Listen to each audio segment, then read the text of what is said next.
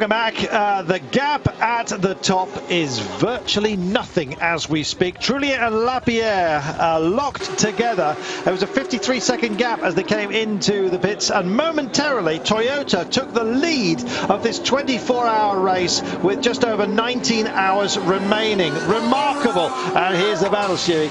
They're just coming out of the first chicane here. I might have been doing that if things had gone my way, but they're just coming out of the first chicane, carry on down the Mulsanne. The Toyota's got a little bit more straight line speed than the Audi, but the Audi's much better on the brakes and better through the tight and twisty stuff. So, you know, it's really good to see, and you saw that at the start of the race, the way they were hounding the Audis. How much closer do they have to be after this many hours of racing? We've been, what, 5 hours busy so far, and they're absolutely locked here together on track. It was a little bit tardy, the attack lap coming in. Maybe a bit of traffic came about, and here we go, Toyota. It's for the lead around the outside. Is he going to make it stick? He's got the horsepower shot. Is he going to? Oh, and they come straight back at him. This is amazing stuff. Driving ahead, he's holding line. Oh, near contact. Nearly takes the nose off. Brilliant stuff. Audi still out front here. Like I said, Toyota's got a little bit of straight line speed. He's going on to the grass pass. He's got a better exit. That hybrid motor. What a move that was! Use the traffic. You went off. Look at the mood in Toyota. They're out front here, and here comes Audi straight back out of here. Oh, using traffic as foils. Oh, nearly contacted the rear end here as well for the Toyota. He's holding station, bossing the road. That's what he needs to do, Liz. Oh my goodness! Look at how close they are together. I'm just sitting back thinking, come on, boys, keep the racing. Don't have an accident. Here we go. Let's see which hybrid has the power delivery right now, and it's the Audi in front. But here comes the big old kick that the Toyota's got. He's going to hit the back wheels, and it's going to be like an explosion here. Down the straight he comes. It's the fastest car on the track. Don't forget the Toyota, and he's proving it right now. Genius at work. Fantastic racing here. Oh, this is amazing stuff. 5 hours of racing deep into this, and you cannot honestly put anything between these two cars out front. No, it's, you know, it was explaining the Toyota's got a bit of straight line speed, but that Audi's much better on the brakes, and prime example of that going into Mulsanne. It's the other Toyota, big shunt. It's the 8 car. He's gone and into the barriers. Oh, look at this. Joy turns to misery at Toyota. They're going to have some work to do. We'll see how busy they're going to be. That's a safety car. They've got our first safety car of the race. That's a big one. Thank you, Liz. Oh, whoa! There it was. Airborne as well. Oh Down my he comes. God, he's so lucky. He is and a the Ferrari lucky in as man. well. Huge hit for the Ferrari. Hit for the both Ferrari is upside down now. Oh my God. Wow. Safety car has been called. Everyone fanning their own faces here. Let's just calm it down, shall we? We have a safety car, the first here. We've had such a dramatic 5 minutes here that it's going to take an awful lot to pick it apart and tell you exactly what's going on. He's okay, thank goodness. That's Anthony Davidson waving to say that he is okay. The Ferrari, I still don't have an idea on it. This is the moment of collision here. Just didn't see him. Turned into him, got airborne. And look at that, he was lucky that so much energy was taken away by the hit at the rear. The Ferrari, well, thank goodness it was on the alternative side to the driver there, because to be honest, that would have been rather nasty. You could have had a tyre getting into the cabin there. It looks, well, there he is, extricated from the car. I think that's the Ferrari driver. That might be over for Davidson as well. That's the Ferrari driver. Thank goodness for that, Stuart. A big accident, and you know, there's been a lot of talk about how these cars shouldn't be taking off, and we've seen a prime example there. The car, just the minute it got sideways, just took off the Toyota, and the primary example of that big fin on the back of the car you see nowadays is to keep the car down, and the Ferrari completely upside down there, so massive hit. But what you did see is the tyre. Wow. The tyre will do its job. It absorbed a huge amount of impact from that Ferrari, and that would have probably saved him from serious injury. Liz, your thoughts? I mean, he genuinely did not see him. Can see it just wouldn't have happened if he had. We were talking about, and you know what? We were talking about the light stacks, weren't we, of the Audis being so distinctive, but maybe something. Do you know what? If I'd been in that prototype, I would have thought he'd see me too. I think. Yeah. But at the same time, they're pushing so hard, aren't they? The Toyotas are just pushing absolutely to the limit. it's a difficult situation, and I suppose why they were encouraging drivers to use indicators this year is to say, yes, I've seen you, I'm moving over, but come on, we're racing. You can't use an indicator like you're on the road all the time. And okay, we have a safety car. Just want to know that he's Toyota okay. is leading this race. An amazing battle between Lapierre and Trullier. You saw the difference of the different energy systems that were employed by the cars. The Toyota quicker on the straight, was able to retake. Audi quicker in the curves as their four-wheel drive kicked in. And there he is. Parazzini is all right, and I thank heaven as well. So is Anthony Davidson. The leader at the moment is the 7 car of the Toyota. Trullier is in the Audi in the 1 car. We have a safety car here. I can tell you that Fisichella has just come into the pits, the 51 car. The safety car is out, and we have had one heck of a 5-minute stint.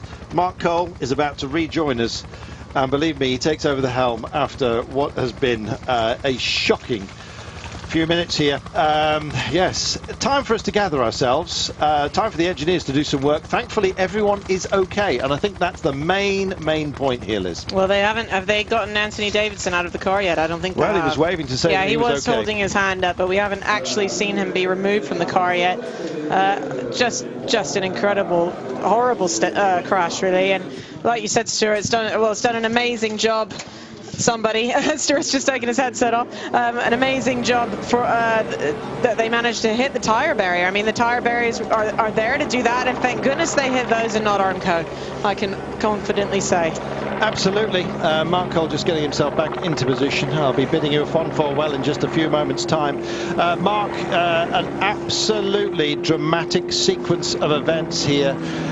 We are behind the safety car, and yes, it's going to take some time to get the retrieval going on here. But goodness me, hold on to your hat. There is never a quiet moment at Le Mans, it seems. No, I mean, I just went across the way for a burger, and I did exactly what you said. I saw Romain Dumas's crash, and I spilled the burger down my front, and then as I walked back up over here to the cabin, there's Anthony Davidson doing an Alan McNish from last year. My goodness, how frightening that was. It almost seems we've had more flips in these cars since the fin has been installed, which I can't imagine is possible. I'm sure it's just been bad luck, but I didn't think this year that we would see the cars take flight like we saw last year. My goodness. The problem is there. Oh, am I on? Am I on? Yes, you are. The problem is there is whilst cars aren't designed not to take off. That car was more or less at terminal velocity. That car was doing 200 mile an hour when it took off, and you know, it just lifted a little bit on the curb as well, just to get some wind under it. Yeah, it did catch the curb, didn't it? When things like that happen, there's not much, you know, mechanical bits you can do to keep them down. And you can also see a prime example of how heavy the Toyota is and how heavy the Ferrari is. Look what damage to the Armco that each one has done. The Ferrari's pushed it back a huge amount, whereas the Toyota's not done as much damage. And we know that Davidson's impact was probably quite a lot quicker than the Ferrari. I think you're right, though. I think that if he'd maybe just been on the flat and hit that car, he would have had probably a shunt into the first bit of Armco, actually to the right of him. But instead, because he caught that bit of curb and he was going so fast, it just gave him that little bit more lift underneath the car, didn't it? Well, as you're aware, this morning in the Group C race, there was a massive accident in that, and Mike Donovan hit the guardrails halfway down the Mulsanne Straight just after the kink. It took them 30 minutes to rebuild those guardrails, and it wasn't anything like as bad as this. And they can't continue under green until that's all rebuilt, Liz. No, certainly not, especially in that part of the circuit, because you enter it at extremely high speed. It's a very, very heavy braking zone. You can't take a risk like that. So on board then the number 1 car, that's Benoit Trullier's car, second at the moment. He is 1 minute behind Nick Lapierre, and Toyota leads against all expectations. When Chris Parsons was on with us earlier, he said to us, you know, who would have put any money on Toyota being second and third in the race after 3.5 hours? Well, here we are now, what, some 5 hours in, and Toyota's leading. Incredible. Well, it's such a shame, because this has just been an accident that was, well, bad luck really amongst anything else, and it could have been that they would have gone on for a very long time. Yep. We're here at Le Mans. It's been a huge accident between the Ferrari and the number 8 Toyota. Stay with us for more information. We'll be back with you after these messages. Well, Mark, could you Say bye-bye for me. Welcome back to Le Mans. If you're just joining us, it's been tragedy for one of the Ferrari cars, the number 81, along with the number 8 Toyota. Not out of the cars braking, but out of a tremendous accident that we saw into Mulsanne corner. We're on safety car. We expect it to be a very, very long safety car indeed. There was a lot of damage to the tire wall, but thank goodness it did its job, and we think both drivers are okay. We know that the driver of the Ferrari is out, but we've not yet seen Anthony Davidson. We can just see here, I believe he's on the stretcher there, so we will wait to find out more information, but all drama here, Mark. Yeah, and huge damage to the barriers, as we saw, which again is a critical thing here at Le Mans, and they must get those barriers repaired. So I've got the marker of doom in my hand. So far only one car posted as an official retirement, which was the Gulf Racing Middle East Lola, the number 29 car, but two more going up now, and another in the number 16, sadly, as we've just had lovely Stuart Hall back here with us. So yes, unfortunately, 4 cars now. Yeah, 4 cars out. And I mean, this is all my fault. I go off for a break, go and try and find a burger stall.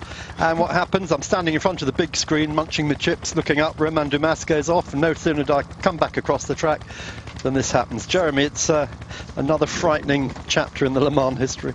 Yeah, that really was a very frightening accident, wasn't it? And how ironic that, I mean, moments after Nicolas Lapierre took the lead in the number 7 Toyota, what, a mile farther back down the racetrack, there's a huge incident that befalls his teammate Anthony Davidson. Boy, I mean, that was just... Yeah, clearly the gentleman driver there in the Ferrari just wasn't paying attention. I mean, the Toyota come up behind him, was absolutely completely alongside him, and it's a petrol engine car though, it's not a diesel. It makes a fair bit of noise. You'd have thought he would have heard it, Liz. I mean, I said earlier, if I had been in the prototype, I would have made that pass as well, and I would have expected the driver to have seen me. Oh boy, yeah. You know, I do believe it was. I personally think the Ferrari was at fault. The Toyotas are pushing extremely hard. We're still in daylight. You can see them coming. You would know that was a Toyota coming if you'd looked in your mirror. And being in the slower car, I mean, they're substantially slower, that car, you would have actually hoped that he would have thought, right, this car's coming hot, and I'm going to be aware of that. The 81 car was not really in contention in the AM class at the moment. Yes, they're running their own race, but I would have liked to have seen him just sort of just lift a little bit. That's the best way to deal with that situation. Is you're entering a corner, just lift a little and make sure the prototype can get by. It wouldn't have affected his race at all and would have avoided a tremendous accident. Yeah, I mean, that's a kink going into the Mulsanne corner. It's a kink that you can easily take two abreast through there. It's really not a problem. I presume in a GT car, it certainly is a flat in a prototype car. You brake just after it. I would imagine though in a GT car you're braking possibly just a little bit before it. It's either a brake or a lift. I've never driven a GT car here. But certainly it's no problem there. I mean, you would have seen the car coming. You should have seen the car coming. And furthermore, you would have heard it. If it was an Audi, you might not have heard the thing. But with the Toyota, you should have heard it. And that was certainly an avoidable accident. I totally agree with you. Well, of course, the knock-on effect of all this is that gap that Nicolas Lapierre had managed to put over Benoit Trullier's Audi about 3 yards. Yes, because he'd overtaken literally moments before. Moments before. Yeah. So that gap has been, all that work's been negated at the moment unless he can stay ahead. Actually, the gap's probably extended now. It's a whole 1.3. And Liz, this of course is where Le Mans is unique. 3 safety cars at this circuit. We have one up at the entrance to Dunlop, which is pit exit, of course. We have one between the 2 Mulsanne chicanes, and the 3rd safety car is based at Arnage. And the big news, the number 3 Audi, it is back out. That has not been a long time at all. After the very big accident that Romain Dumas had, he was so fast to rip the bodywork off and get it back.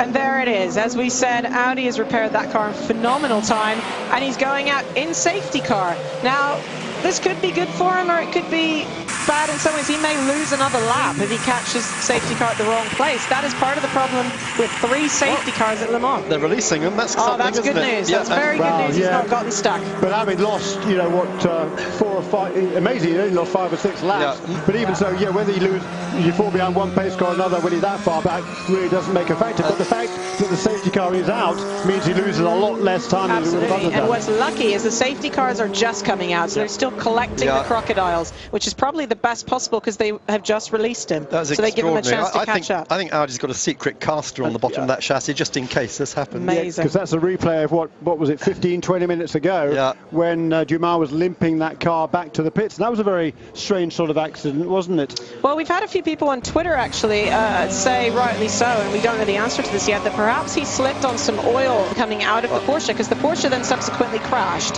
So we don't know the answer to that. We've not spoken to anybody. You've got to point out, I was talking to Sebastian Buemi, who just got out after a quadruple stint in the Toyota, and he told me that, you know, if you get offline,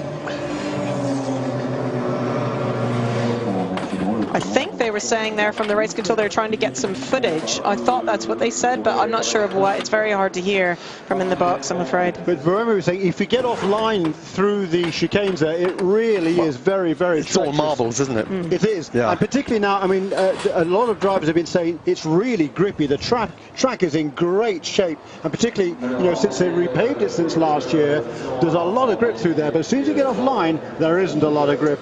And I was actually watching with the TV with Buemi and with Nakajima when that incident happened. Both our race leaders, 1 and 2, have just come in, but we've got it off under the safety car, one of the Aston Martins. Yeah, but both Lapierre and Trelia in the pits. So is How Boninoli. has that happened? Hopefully we'll see it again. Trying to get the car going, rocking backwards and forwards. I can't see which car that is. Can you see? Anyway, Nakajima is going to take over the surviving Toyota, we're told, from Nick Lapierre, who's done a quintuple stint, I think he's done in that car, Nicolas Lapierre, I think 4 stints on one set of tyres. So remarkable what Nicolas Lapierre was able to do. And right at the very end of that stint was when he passed Trelio to take the lead. And I think we are going to actually get an interview with one of the Audi drivers, so hopefully we can answer a few more questions there. I mean, I agree with you, Jeremy. It is very marbly and sort of full of tire pickup and everything offline, and he would have had to brake a bit behind that car in a position that he wouldn't normally have, so it's difficult to say, but hopefully we can get some answers. And normally also through the tightest part of the chicane, even the GT cars are carrying a pretty good speed through that corner, so I think maybe possibly conjecturing here that maybe Dumas was just surprised. Yeah, he misjudged it, is the bottom line. Yeah. And he got too close there, and he had to jink out to the right to try and go around him, and then he thought, uh-oh, I'm in trouble here. I'm going with Jeremy on this as well. It's very hard to say, it's he was, the Porsche's on the apex, he was way wide, it was on the marbles.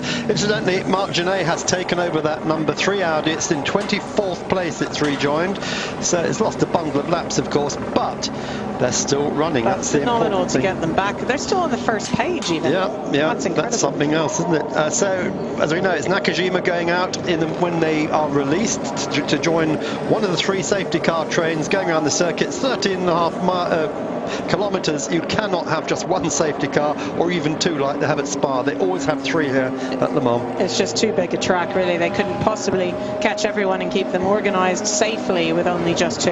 I don't disagree with you that. What I would like to see, however, is an amalgamation behind one pace car before they go back to green. But that's a rant I have every single year, and I thought I can't not have it. The ALMS wave by, which is the proper way to do it, of course. Yeah. Ralf Hüttner, the number 3 car just left the pits. Can you explain me what happened and what did you have to repair? Romain lost. He had a GT car in front, went a little bit on the offline of the first chicane. It was very, very slippery there. Obviously, another car had lost oil there earlier and crashed and destroyed the front right suspension, the floor, bodywork, and the whole front. And we came in and had to repair it. And unfortunately, it was not easy to get the damaged rest of the front suspension off the monocoque, so that took a while, longer than it should. But now the car is back out and should be in a good state again, hopefully. You have very determined drivers, as we just saw. I mean, he took the car apart to bring it home. Yeah, I was amazed. He developed quite some forces, but that's what we tell them. They have to get the car back somehow, and he didn't lose a lot of time there. That was a good job. Thank you very much. So Ralf Hüttner, their team manager of yours. The 2 things that, to my mind, jump out from that incident. 1, the tub amazingly wasn't damaged, but 2, there was more damage because those tyres were backed by a concrete wall, not by Armco. Oh, yes, no, absolutely. Yeah, because he probably wasn't going a huge amount of speed when he hit that, because he went through a lot of gravel to get to it. It was a fair bit of speed, but he didn't completely bounce off the barrier, as we saw, thankfully, in the big accident, that it was all tyre, which was very good news. Yeah, and to get that car back out onto the track in just 8 laps lost, I think is absolutely quite remarkable. You're with Eurosport watching the 80th 24 Hours of Le Mans. We'll be back momentarily.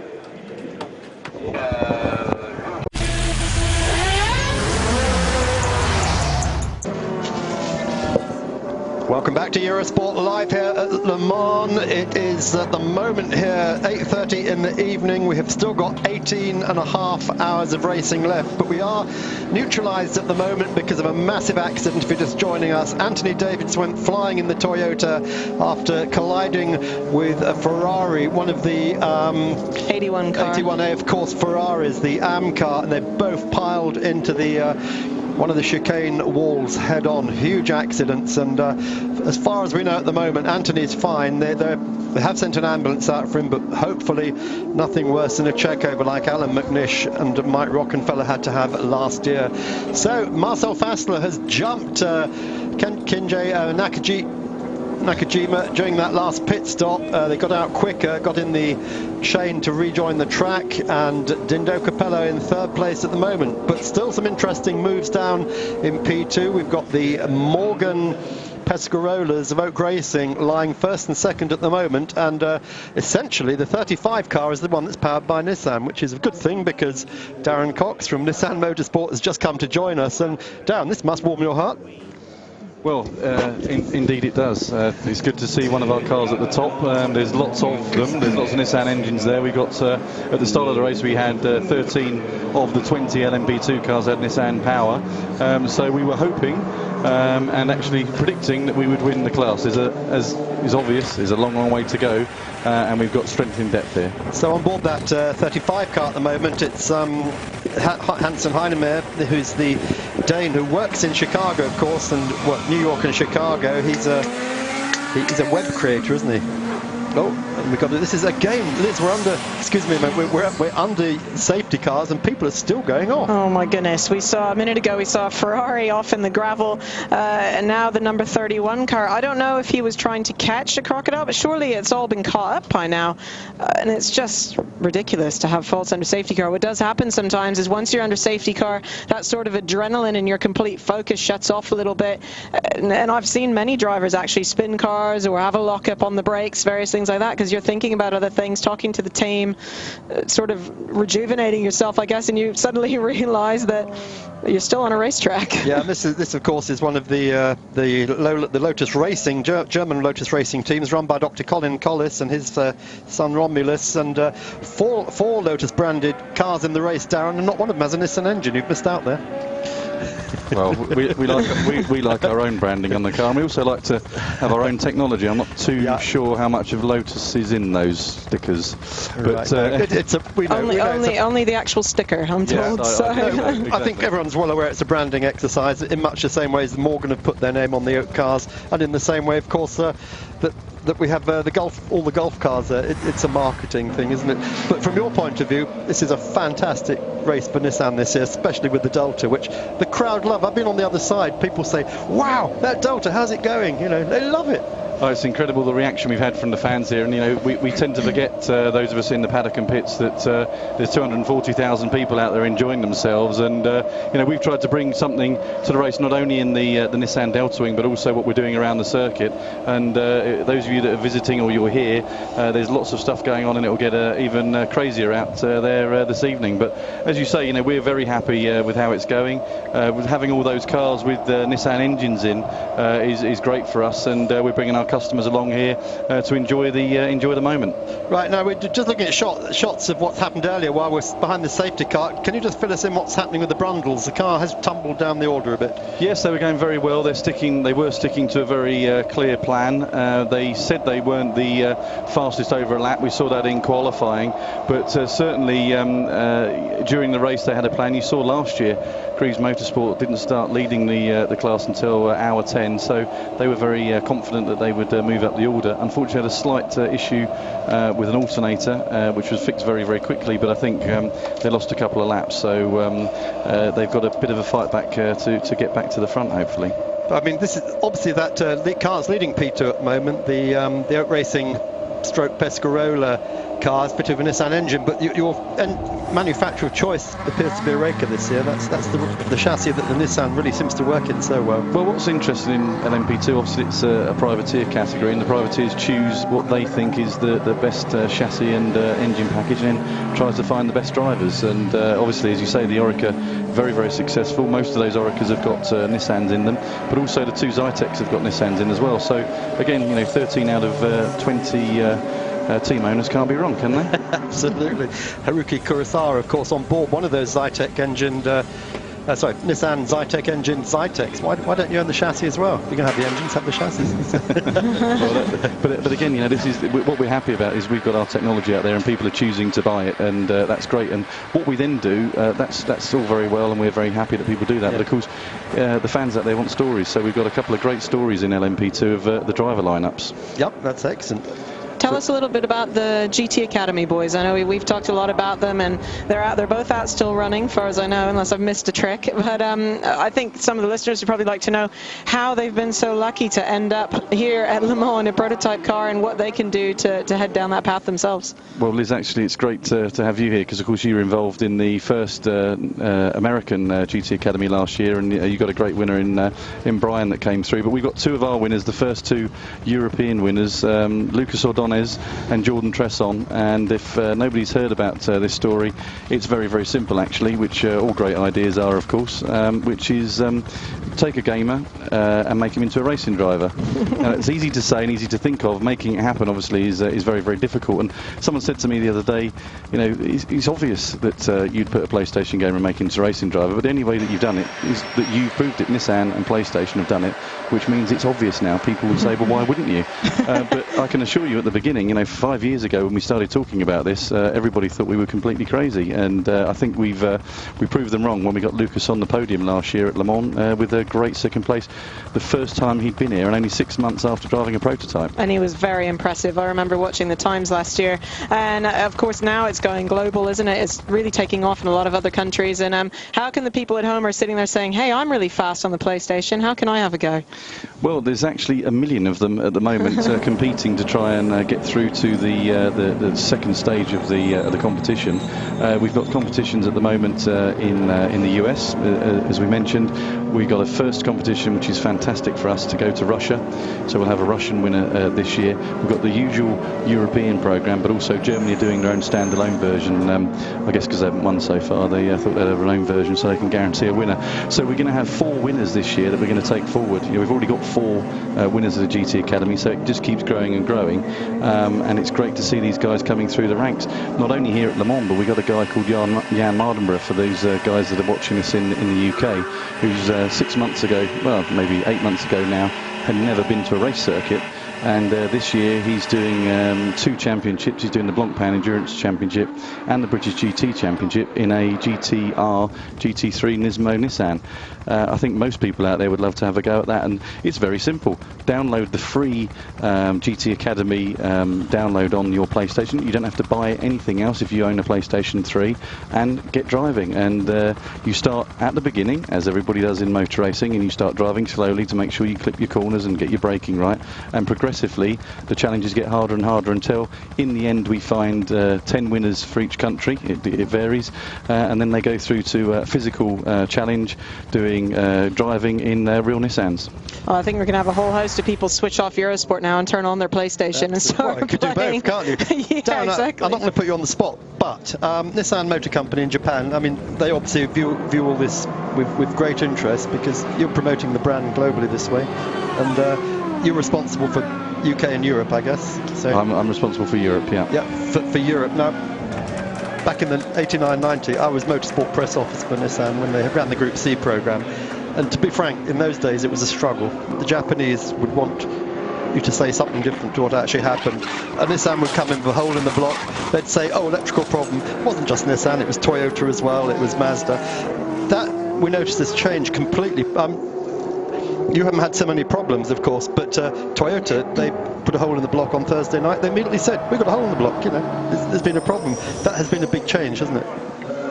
I was just going to interrupt and say we've just heard from the race director, for those of you that didn't hear, that Anthony Davidson is just at the medical centre. He's not going to hospital. He's just being looked over at the medical centre. So that's really good news. I know a lot of people were interested to hear his progress. No, that's fantastic news. No, that's absolutely brilliant news. I think we're all really waiting for that news, so that's great. So what I'm saying is we're given more of a free hand now, aren't you, to tell things as they are? Well, I think, you know, Carlos Ghosn, our CEO, made a very good speech a few months ago, and he said Japan as a nation is very, very good at what's called in Japanese monozukuri, which is manufacturing and engineering, but we don't tell stories, and there's a Japanese word which is kotozukuri, and we need to tell more stories, and that's all we're doing. We're telling stories about our engineering and the way that our company works, and we're a very, very innovative brand, and we do exciting things, but in the past we haven't told those stories well enough. It was interesting to hear you say about, you know, being the press officer there, and I think you know, the GT Academy story that we just mentioned there, and the Delta Wing story, which as it comes past the commentary point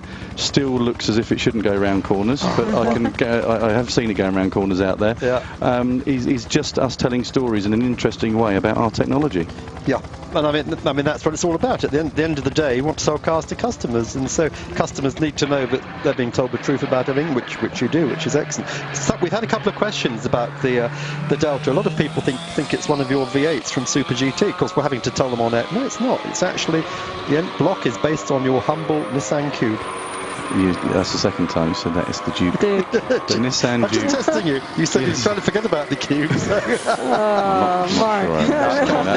Nissan, it's a 1.6 litre engine from the Duke, isn't it? Which is fast becoming a very big selling car in Britain and Europe. Well, it's been a fantastic success. You know, we had the Nissan Qashqai before that, which is selling 250,000 units across the whole of Europe. Again, people said we were crazy to take Golf on head-to-head, and in a lot of markets we're selling outside of the fleet area. We're selling a lot of Qashqais, more Qashqais than we are selling than VW selling Golfs, for example. No one thought that would be the case. Then we came along with this car that everyone said was looks crazy, and if there is any news, we will let you know. You know, we built this car which looked crazy. Everyone thought it was still a concept car. That was the production car. We brought it out, and as you mentioned, one of the drive options is a 1.6 direct injection turbo engine, and that's pretty much the engine that's in the back of the Delta Wing. You know, we've got cars out there that are 5 litres. We've got diesels. We've got hybrids. We've got a lot of you know, different pieces of technology that's going on out there. But for us, the way that the manufacturers are going is lightweight and small petrol engines, and that's what we've got in the back of the car, and you know, that really is making technology that's on the racetrack relevant to what's going on the road. And something else we're doing, I said we're trying to do as much as we can for the fans out there, because if it wasn't for them, none of us would be here. We've actually launched, the first time, I was talking to our head, we've got all the Japanese guys over here, and the heads of Japan are here.